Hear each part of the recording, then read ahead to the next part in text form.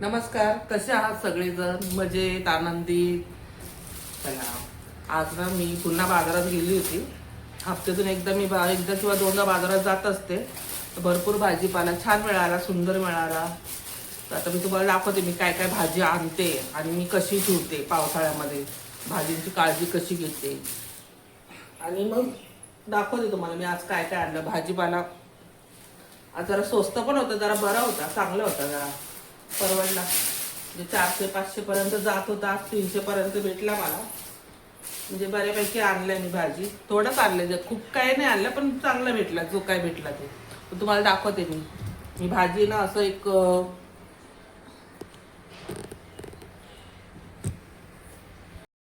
तर हे माझ्याकडे एक प्लॅस्टिकचं कागद आहे. तर माझ्याकडे असतोच नेहमी. मी कधी पण उन्हाळा असून दे, पावसाळा असून दे, मी हा प्लॅस्टिकच्या कागदावर आल्या ना पहिलं भाजीपाला ठेवून देत असते.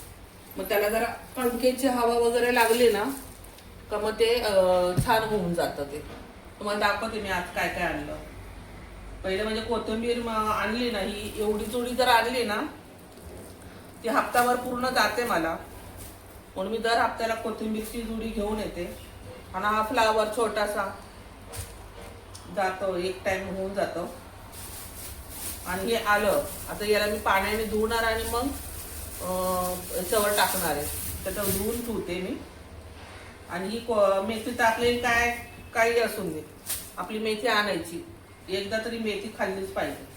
आणि आज पण मला आवळीची पानं छान भेटली होती. थोडीच आणली या टायमाला, मागच्या वेळी जरा जास्त आणली होती, या टायमाला थोडी आणली. आता जरा ना पिवळे पिवळे होते, त्याच्यातले बरेच निवडून मी हे घेऊन आली. म्हणजे चांगले मला भेटलेत ते, मग हे पण घेऊन आली मी. बाकी काय, हे शिमला मिरची पण लागते ना. शिमला मिरची माझ्या मुलीला फार आवडते खायला. आणि हे बटाटे पण असतात. एवढं सगळं चांगला भाजीपाला मी घेऊन आली. आता 3-4 दिवस असला ना, मागच्या वेळी आणलेली भाजी अजून एक आहे माझी, तर म्हणलं ती पण भाजी संपायला पाहिजे ना. पण आता हे 2-3 दिवसाच्या आणल्या, म्हणजे ती मिळून 3 दिवसाची झाली.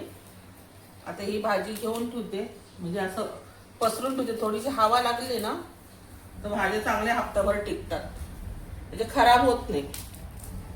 पाणी लागलेलं असतं, नाही म्हटलं तरी पावसाळ्यात पाणी लागलेलं असतं. आणि असं पण मी उन्हाळ्यामध्ये, हिवाळ्यामध्ये या अशा भाज्या ना 1-2 तास, म्हणजे संध्याकाळी 4-5 वाजेपर्यंत मी ठेवत असते. त्याच्यामुळे मग चांगले राहतात, असं सडत नाही भाज्या. मिरच्या नाही आणल्या, मिरच्या भरपूर आहे घरामध्ये तिखटवाल्या. कधी आणले तर भरपूर आणायचं, नाही तर मग विसरून जायचं, असं असतं ते. पण आहे आज जरा बऱ्यापैकी भाजीपाला पण खूप छान होता आणि मस्त होता, मला आवडला आजचा. फक्त म्हणलं जेवढं आहे, जेवढं लागतं तेवढंच घेऊन जावं. परत आणून ठेवलं ना ते संपत पण नाही आणि फेकून द्यायचे कामं होतात ते. त्याच्यापेक्षा जेवढं संपलंय तेवढंच घेऊन यावा. बटाटे वगैरे मी तर शनिवारी पण घेऊन आली होती आणि आता पण घेऊन आली. शनिवारचे बटाटे भाजी केली होती ना, थोडे कमी राहिले होते. तर म्हणलं आता पण चांगले बटाटे मिळाले बघा. हे जे बटाट्यांची क्वालिटी आहे ना खूप चांगली आहे. मला असे बटाटे आवडतात. आणि थोडेसे ना असं हे बटाटे जे असतात ना, असे कोंब थोडेसे असे ते गोड लागतात. आणि मला गोड बटाटा खूप आवडतो खायला, म्हणून मी असे बटाटे दिसले का पहिले घेऊन येत असते. आणि ते कडक असे एकदम कडक निब्बर बटाटे असतात ना, ते अजिबात आवडत नाही. पण असे बटाटे मला ना खूप आवडतात, गोड लागतात ही बटाटे. आणि आता हे जे आहे आलं, आता हे आलं मी धुणार आणि मग इथं ठेवणार. हे बघ कशी माती असते, याला चांगलं पाण्याने धुवावा लागतात.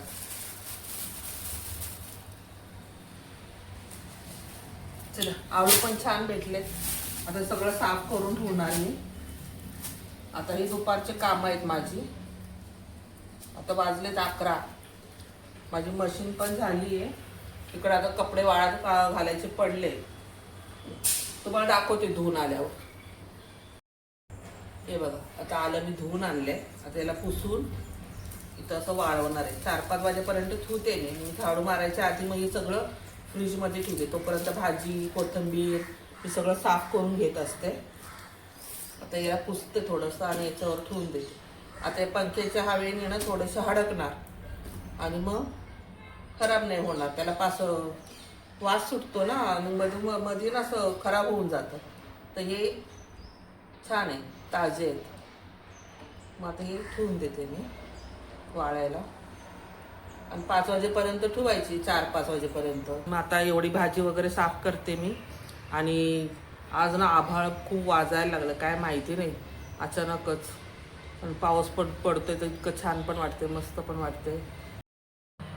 चला, संध्याकाळ झाली आहे. आता स्वयंपाक वगैरे बनवते मी.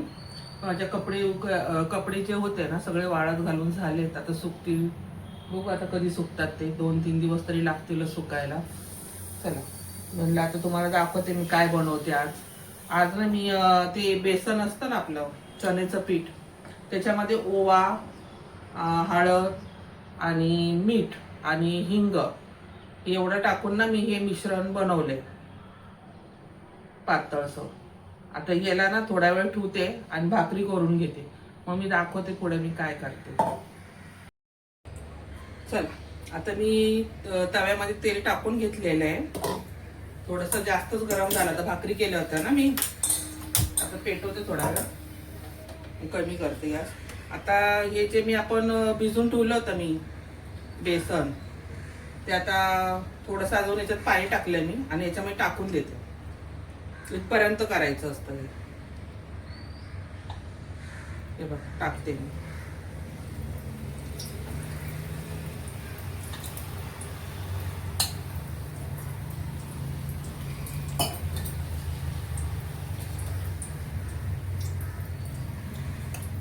छान लागतं. काळा कालवण केलं ना आपलं, मस्त लागतं त्याच्यासोबत. त्याच्यामध्ये सोडलं जातं ना ते कालवण, याच्यामध्ये मुरतं ना तर मग खूप सुंदर लागतं हे.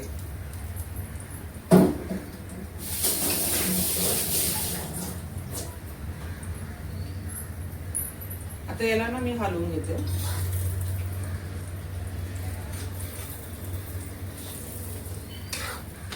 हा माझा लोखंडी तवा आहे. याच्यावरती भाकरी, मसाला, छोटे छोटे कालवण असं असतात ना, थोडेसे एका माणसाचे कालवण.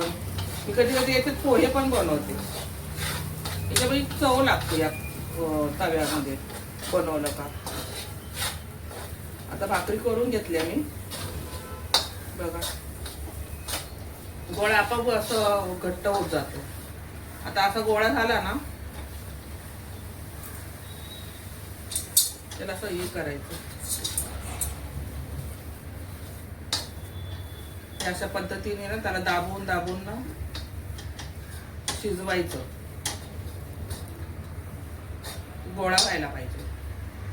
याचा गोळा बनायला लागला ना तर समजायचं शिजत चाललंय ते. आता याला थोडंसं ना झाकण ठेवायचं. बेसन काय लगेच शिजतं असं काही हे नाहीये. परत आपण कालवणात पण शिजवतो त्याला, 1-2 मिनिटात लगेच शिजून जातात ते. याच्यावर झाकण ठेवते मी. 2 मिनिटं झाकण ठेवलं ना की ते आपोआप जुळून येतं, ते शिजून येतं ते. आता मी परात घेतलीये. आता परातीला मी थोडंसं तेल लावते. म्हणजे आपले हे जे मिश्रण आहे ना त्या परातीवर टाकून मी थापणार आहे. थोडंफार लावलं, जास्त काही लावलं नाही, थोडंफार थापणार.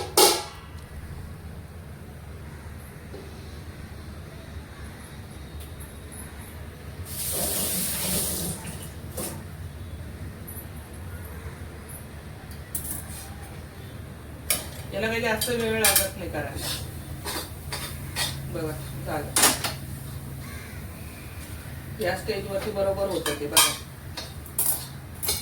तेल आणि पाणी दोन्ही सुकून घेतलं त्याने, ऑब्झर्व केलंय, शोषून घेतलं बघा. झाला. गोळा पण तयार होतोय, शिजलंय ते. आपण थोडा वेळ भिजत घातला ना ते डाळ आहे ना फुगते आणि लवकर शिजते. हे बघा शिजलंय. आता नाही, आता काढून घ्यायचं. आता याच्यापेक्षा जास्त नाही शिजवायचं, आता काढून घ्यायचं.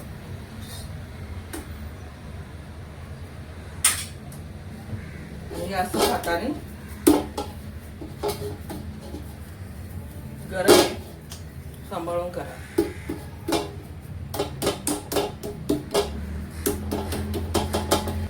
मी असे प्लेन वडे करते. हे बघा असं थापून झाले आता. हे बघा आता होईल ते थंड. आता मी मसाला करून घेते, मग कालवण वगैरे उकळला ना मग त्याच्यात कसं टाकून पण दाखवेल मी तुम्हाला. आणि मसाला तर माहिती आहे तुम्हाला मी कशी बनवते, बस त्याच पद्धतीने बनवणार आहे मसाला. दाखवते तुम्हाला. चला हे बघा तुम्हाला सांगितलं ना. हे बघा किती छान वड्या झाल्या बघा हे. आणि हे नुसते खायला पण ना इतके सुंदर लागतात ना.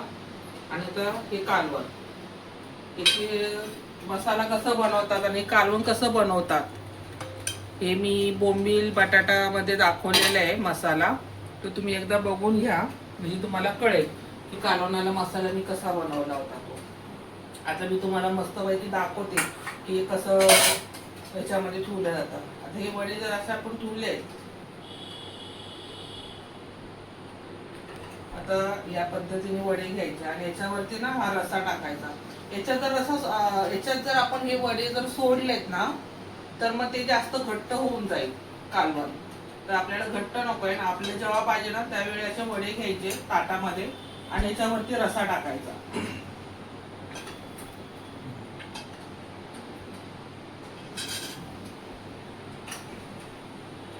किती छान दिसतो. चला बघितलं ना तुम्ही कसं केल्या मी वड्या. या पद्धतीने पण तुम्ही करून बघा. आणि काळ्या रश्याबरोबर ना इतकं छान लागतं ते. भाताबरोबर, चपाती बरोबर, भाकरी बरोबर तर अप्रतिम लागतं. तुम्ही पण कधीतरी करून बघा आणि कमेंट करून मला सांगा की तुम्हाला ते कशा वाटल्या त्या. तर भेटूया आपण पुन्हा एकदा.